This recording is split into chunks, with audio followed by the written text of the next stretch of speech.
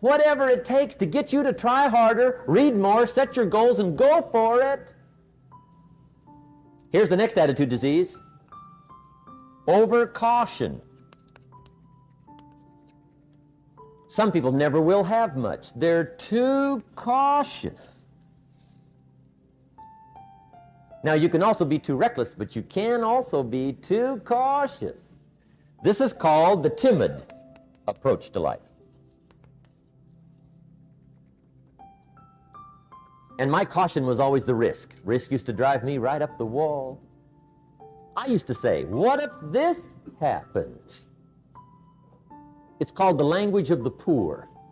What if this happens? And on top of that, if this was to happen, look at the fix I'd be in. I better not try.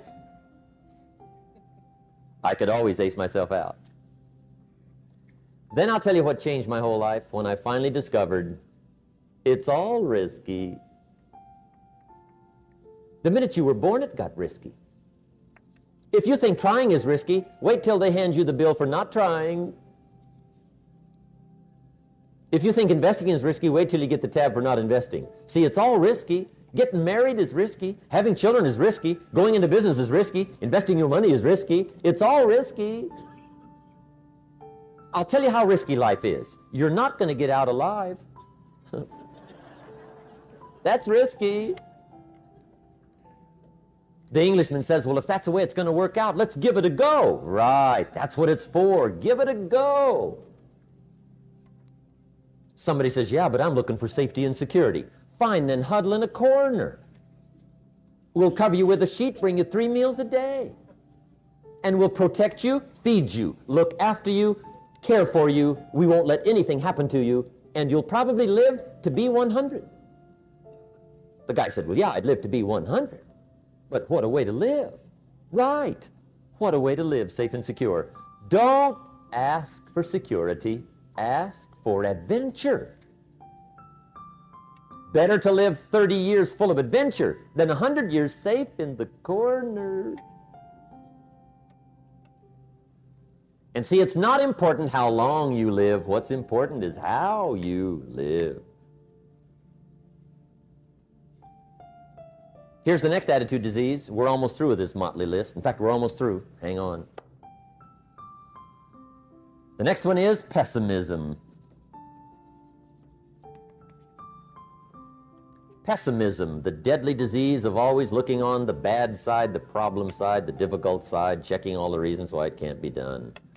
The poor pessimist leads an ugly life. He doesn't try to figure out what's right. He tries to figure out what's wrong.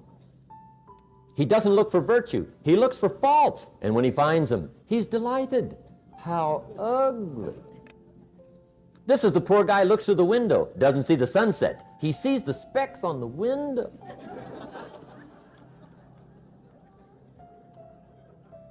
And this is the poor guy, right, who rushes up, takes such leave of his senses. This guy rushes up and he says, I've got 5 good reasons why it won't work. He's so dumb he doesn't know all he needs 1. He's got 5.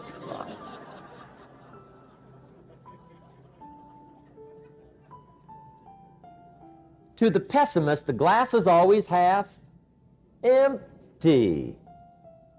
To the optimist, the glass is half full.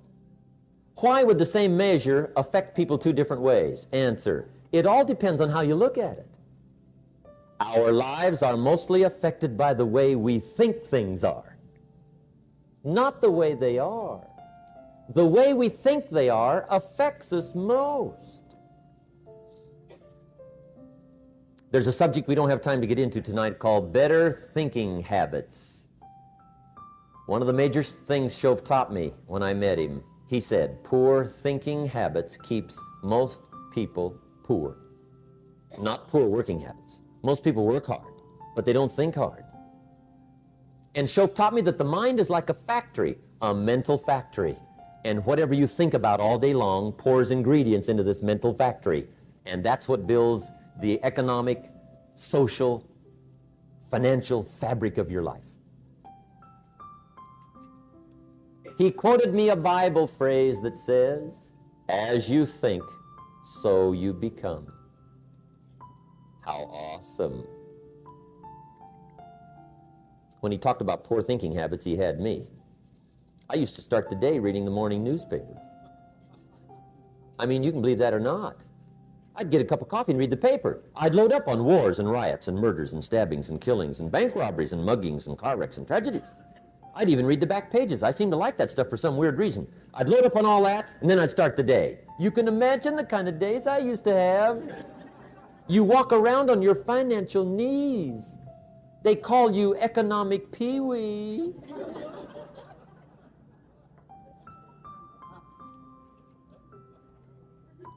The guy says, I want to be a great leader.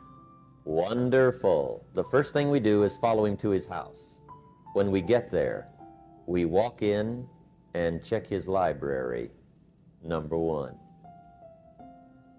Somebody says, well, why check his library? The reason is because what a man reads pours massive ingredients into his mental factory, and the fabric of his life is built from those ingredients. You would not believe what some people have got in their house to read. You would not believe. One of the best dressed up words I know for a lot of it is trash. Can you imagine dumping a barrel of trash into this mental factory every day and coming out with a rich, dynamic, positive life? It can't be done.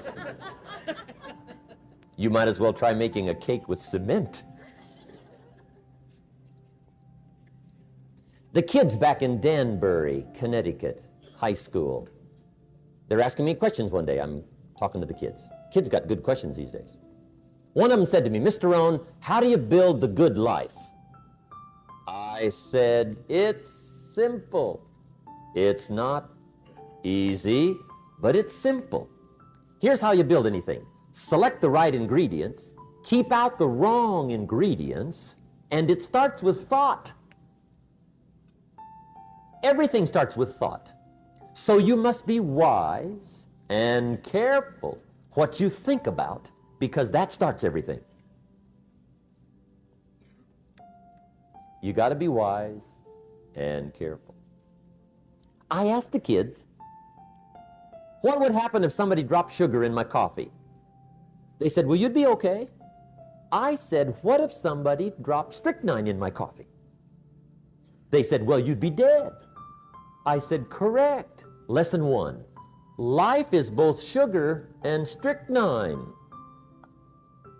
You gotta be careful. I said, what if my worst enemy drops in the sugar? They said, will you be okay?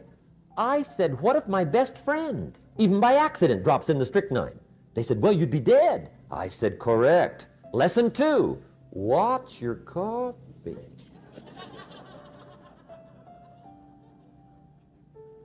You got to be careful. See, it doesn't matter who hands you the bad stuff. It doesn't matter where you get the bad stuff. It'll still do its damage on your bank account, wherever you get it. Mr. Schoaf gave me one of the greatest phrases when I first met him when he said, Jim, every day stand guard at the door of your mind. How important. Stand guard at the door of your mind. And you decide what goes into your mental factory. Don't let anybody just dump anything they want to in your mental factory, because you've got to live with the results. Okay, here's the last disease, and we're through with this list. In fact, we're almost through. Hang on. The last subject is very brief. The last disease, but this one is deadly. Engage in this one, indulge in it even slightly, and you might as well forget the future, because it's going to forget you. Complaining, crying, whining, griping, a Bible word called murmuring. See, that'll ace your future. Spend 5 minutes complaining, and you have wasted 5. And you may have begun what's known as economic cancer of the bone. Surely they will soon haul you off into a financial desert and there let you choke on the dust of your own regret. I hope I said that well, so you won't forget. It's a deadly disease. If you don't think it's bad, Ask the children of Israel of Old Testament fame. Typical of us all, their story just happened to get in the book. Story says, children of Israel were slaves. God performed a series of dazzling miracles and got them out. And now they're heading for the promised land. Remember the story? Heading for the promised land. Tragedy of the story, they never got there. Reason: from day one, they started to complain. They griped about the water. They griped about the weather. They whined and cried and griped about the food. They griped about the leadership. They whined and cried because it was too far, too cold, too hot, too difficult, too miserable. I mean, they whined and cried for years. Finally, God said, "I've had it, trip canceled." Or something like that. The story says they died in the desert, never got to the promised land. Which I think means two things. Indulge in this long enough, you get your future canceled. And I guess it also means even God himself can only take so much.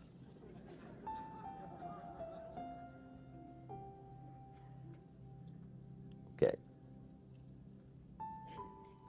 Just be on the lookout of the things that can destroy all the good you start. The war is on.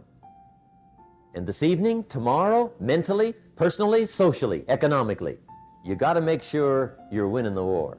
And this is part of it.